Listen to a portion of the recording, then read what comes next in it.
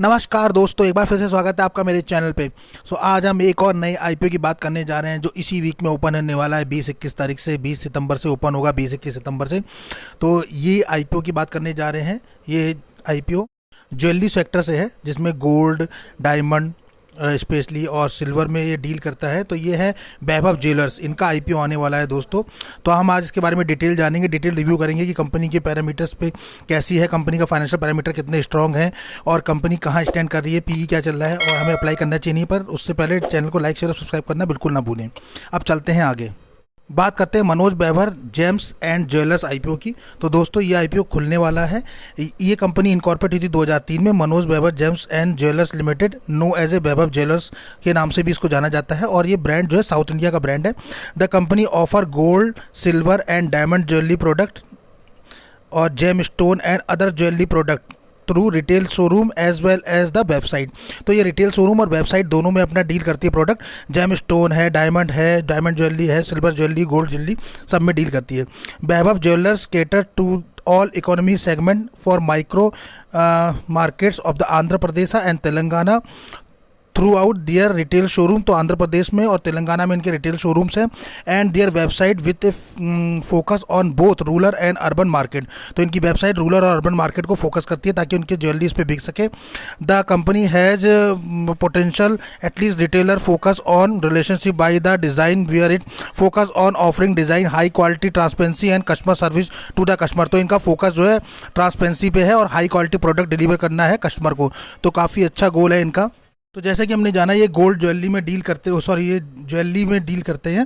तो main gold, diamond और silver, ये तीन कैटेगरी में इनका मेन है। और उसके अलावा जेम स्टोन भी है, तो उस पर भी करता है।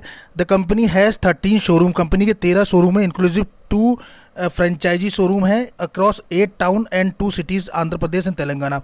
तो मोस्टली आंध्र प्रदेश की जो है 8 सिटी में और क्या कहते हैं 8 शहरों में, आंध्र प्रदेश और तेलंगाना के शहरों में इनके 13 शोरूम है, जिसमें से 2 फ्रेंचाइजी शोरूम है। तो मोस्टली जो इनका बिजनेस है दोस्तों साउथ इंडिया में ही है और साउथ इंडिया में ही इनका जो है गोल्ड का सारा काम है। उसके बाद बात करते हैं वैभव ज्वेलर्स में। तो इनका जो टोटल बुक साइज आईपीओ होने वाला है वो 270 करोड़ का होने वाला है इशू साइज, जिसमें से अगर हम बात करें तो 210 करोड़ फ्रेश इशू है और बाकी का जो 60 करोड़ रुपये है वो ऑफ़र फॉर सेल्स है। तो ये बहुत अच्छी बात होने जा रही है कि ऑफ़र फॉर सेल्स में कम पोर्शन है और फ्रेश इशू में ज़्यादा पोर्शन रखा गया है। तो 210 करोड़ रुपए फ्रेश इशू में है और 60 करोड़ ऑफ़र फॉर सेल्स में, तो काफ़ी अच्छा रखा गया है। तो बेसिकली इनके शोरूम्स काफ़ी अच्छे हैं, अपडेटेड है, जैसा कि आप देख रहे होंगे पिक्चर में। अब बात कर लेते हैं, ये आईपीओ खुलने वाला है दोस्तों 22 तारीख से, 22 सितंबर 2023 से 26 सितंबर 2023 के बीच में। फेस वैल्यू रखी गई है 10 रुपये पर शेयर। प्राइस बैंड की बात करें तो 204 रुपये से 215 रुपये पर शेयर रखा गया है। 69 शेयर का लॉट होने जा रहा है दोस्तों। ये एक लॉट में आपको 69 शेयर मिलेंगे। टोटल इशू साइज़ की बात कर रहे हैं दोस्तों तो 270 करोड़ का इशू साइज़ होने जा रहा है, जैसे कि हमने पहले भी अभी आपको बताया।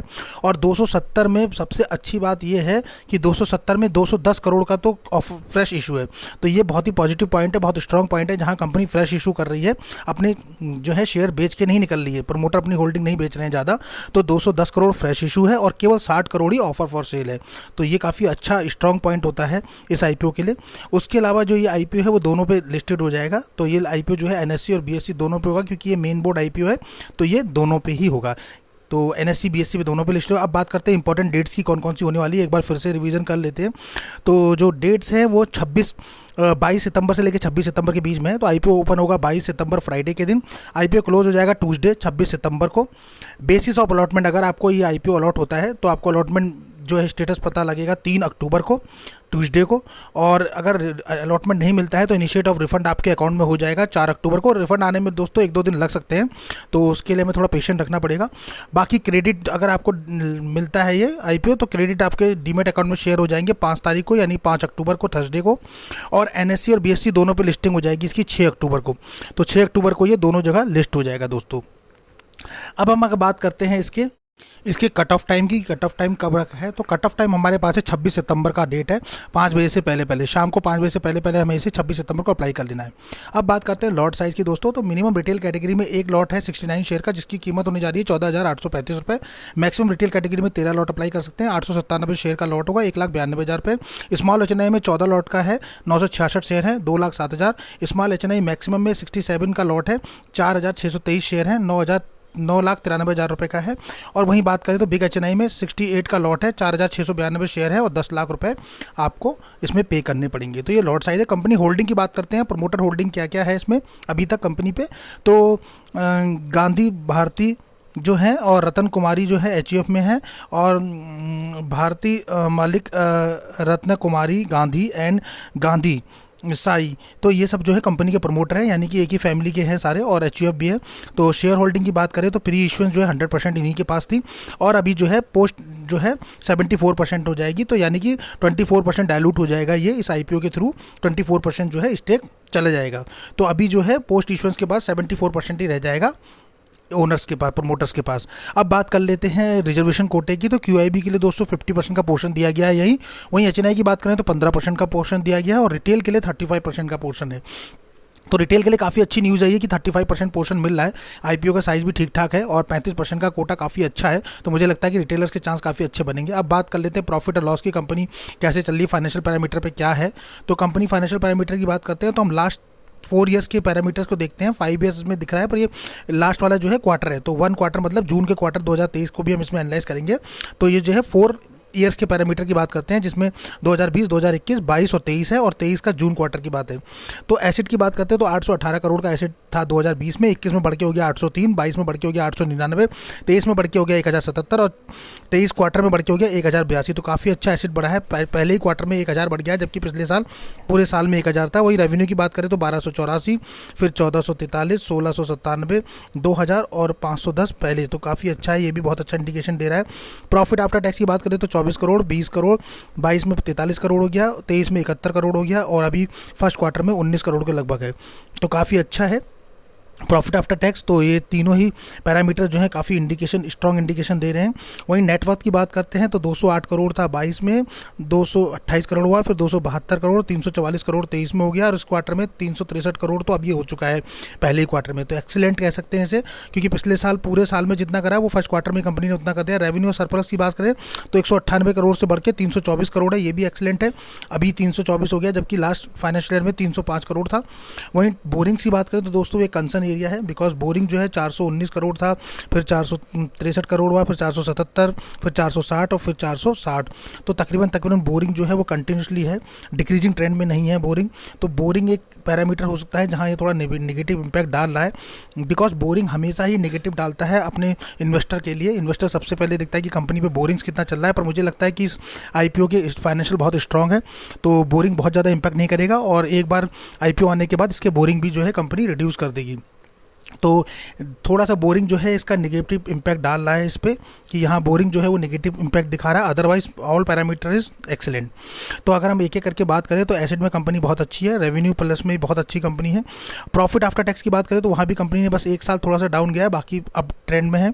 नेटवर्क में भी कंपनी स्ट्रॉन्ग है। रिजर्व और सरप्लस की बात करें तो वो भी कंपनी के पास अच्छा खासा है, केवल बोरिंग एक कंसर्न है। अगर रिजर्व और सरप्लस की बात करें तो 300 करोड़ के लगभग तो उसके पास है, और 460 का बोरिंग है। तो बहुत ज़्यादा कंसर्न एरिया बोरिंग नहीं कह सकते, लेकिन फिर भी बोरिंग होना कंपनी पे ज़्यादा है। तो अगर हम इसकी रेटिंग करेंगे तो 6 आउट ऑफ 5 इसकी रेटिंग है, काफ़ी अच्छी है, और फाइनेंशियल जो है वो बहुत ही स्ट्रॉन्ग है। तो मुझे लगता है कि फाइनेंशियल स्ट्रॉन्ग है तो लॉन्ग टर्म में भी कंपनी को हम कर सकते हैं अपने साथ, मतलब लेके चल सकते हैं, और लिस्टिंग गेन तो करेंगे। उसके अलावा लॉन्ग टर्म के लिए जो लोग रखना चाहते हैं उनके लिए भी अच्छा है। तो एक बार फिर से हम देख लेते हैं। तो इसके जो 6 पैरामीटर हैं उसमें से 5 पैरामीटर तो काफ़ी स्ट्रॉन्ग है, जिसमें asset, revenue, profit after tax, net worth और रिजर्व है सरप्लस, ये पाँचों बहुत ही स्ट्रॉन्ग है। बस एक नेगेटिव पार्ट है, वो इसका बोरिंग का पार्ट है, जो थोड़ा सा नेगेटिव इम्पैक्ट डाल रहा है IPO पे, IPO इन्वेस्टर के लिए। बाकी कंपनी ओवरऑल बहुत अच्छा है। की परफॉर्मेंस इंडिकेटर की बात करते हैं तो 1050 का ये मार्केट कैप है, और 11.74 का जो है इसका PE है। तो PE काफ़ी अच्छा है, 11.74। मार्केट कैप है 1050 का। ROE 23 है, 23 काफ़ी अच्छी ROE मानी जाती है। 23, 15 से अब ROE काफ़ी अच्छी होती है, रिटर्न ऑफ इक्विटी। ROCE 17 है, ये भी 15 से ऊपर है, तो ये भी काफ़ी अच्छी इंडिकेट कर रही है। तो इसको भी हम अच्छी रख सकते हैं, अच्छी की कैटेगरी में, कि बहुत बढ़िया है। ROE तो बहुत ही अच्छा है, एक्सीलेंट है। ROCE गुड है। उसके बाद डेप्थ टू इक्विटी 1.34 है, जबकि डेप्थ टू इक्विटी 1 से नीचे होता है तो हम स्ट्रॉन्ग मांगते हैं, बिकॉज कंपनी पे डेप्थ ज़्यादा है, बिकॉज 1000 करोड़ की कंपनी है और 400 करोड़ का डेप्थ है, यानी 40% का डेप्थ है। तो इसीलिए यहाँ 1.34 है। अगर ये 1 से नीचे होती तो बहुत अच्छी होती। तो ये डेप्थ ही इसका एक कंसर्न है। ईपीएस की बात करें तो 18.32 है, काफ़ी अच्छा है ईपीएस। और आरओएनडब्ल्यू की बात करते हैं तो आरओएनडब्ल्यू भी काफ़ी अच्छा है, 20.78 है। तो यहाँ जो नेगेटिव इम्पैक्ट डाल रहा है वो डेप्ट टू इक्विटी डाल रहा है, जो कि डेप्ट टू इक्विटी 1.34 है। अगर वो 1 से नीचे होता तो बहुत स्ट्रॉन्ग फिलर देता, क्योंकि अपने टोटल जो वैल्यू है कंपनी की, जो टोटल मार्केट कैप है उसका 40% तो डेप्थ ही है, तो वो थोड़ा सा नेगेटिव इम्पैक्ट है। बाकी ईपीएस 18% है, आरओएनडब्ल्यू 21% एक्सीलेंट है। तो आरएनडब्ल्यू 21% काफ़ी अच्छा है। अब बात करते हैं ऑब्जेक्टिव ऑफ इशू की। ऑब्जेक्टिव क्या है कंपनी का आईपीओ लाने का? तो finance to stable for the proposal 8 new showrooms company को ओपन करने हैं। Capital expenditure cost for the propose 8 new showroom, तो 8 जो नए शोरूम खोल रहे हैं उनका कैपिटल एक्सपेंडिचर करना है, उसके लिए कॉस्टिंग चाहिए, तो वो कंपनी ले रही है। Inventory cost for the propose 8 new showroom, inventory cost चाहिए, वो भी यहीं से निकालने वाली कंपनी। और जनरल कॉर्पस पर्पस, तो ये है इसका। पर यहाँ कहीं भी कंपनी अपना बोरिंग को रिड्यूस नहीं कर रही है इस आईपीओ के थ्रू, तो बोरिंग फिर से एक कंसर्न बना जा रहा है। बाकी कंपनी जो है new showrooms 8 new showroom open करने जा रही है, अपना इन्वेंट्री कॉस्ट को कम करने जा रही है। तो अब बात करते हैं जो Manoj Vaibhav gems and jewellers का आईपीओ है, उसका ग्रे मार्केट दोस्तों अभी तक सच अपडेट नहीं हुआ है। जैसे ग्रे मार्केट में अपडेट होगा हम आपको अपडेट करेंगे। तो कैसा लगा हमारा वीडियो को लाइक शेयर और सब्सक्राइब करना बिल्कुल ना भूलिए। मिलते हैं अपने नेक्स्ट वीडियो में।